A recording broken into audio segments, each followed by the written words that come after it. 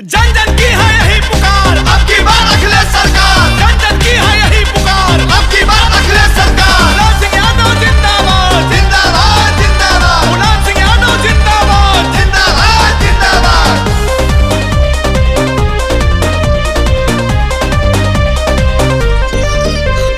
जाति धर्म का चक्कर छोड़ो, सही राह पे आओ। बहुत हो गई है नौटंकी, इनको सबक सिखाओ। ए भैया, जाति धर्म का चक्कर छोड़ो, सही राह पे आओ। बहुत हो गई है नौटंकी, इनको सबक सिखाओ।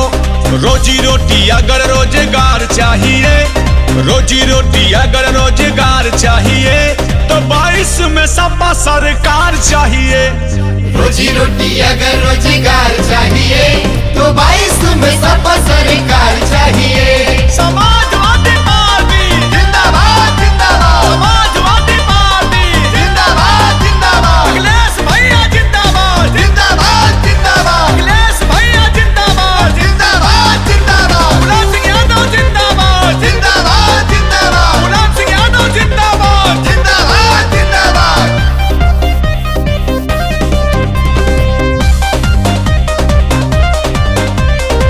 तानाशाही से तराज है चलाते, गरीब दुखिया तो बोल नहीं पाते। तानाशाही से है राज चलाते, गरीब दुखिया तो बोल नहीं पाते। छीन रहा जो अधिकार चाहिए, छीन रहा जो अधिकार चाहिए, तो 22 में सपा सरकार चाहिए।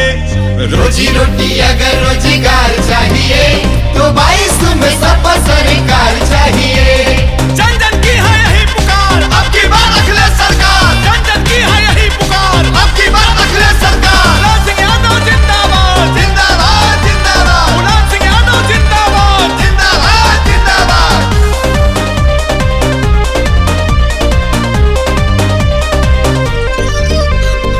भूख गरीबी अगर है मिटाना, इनको हटाना सपा को है लाना।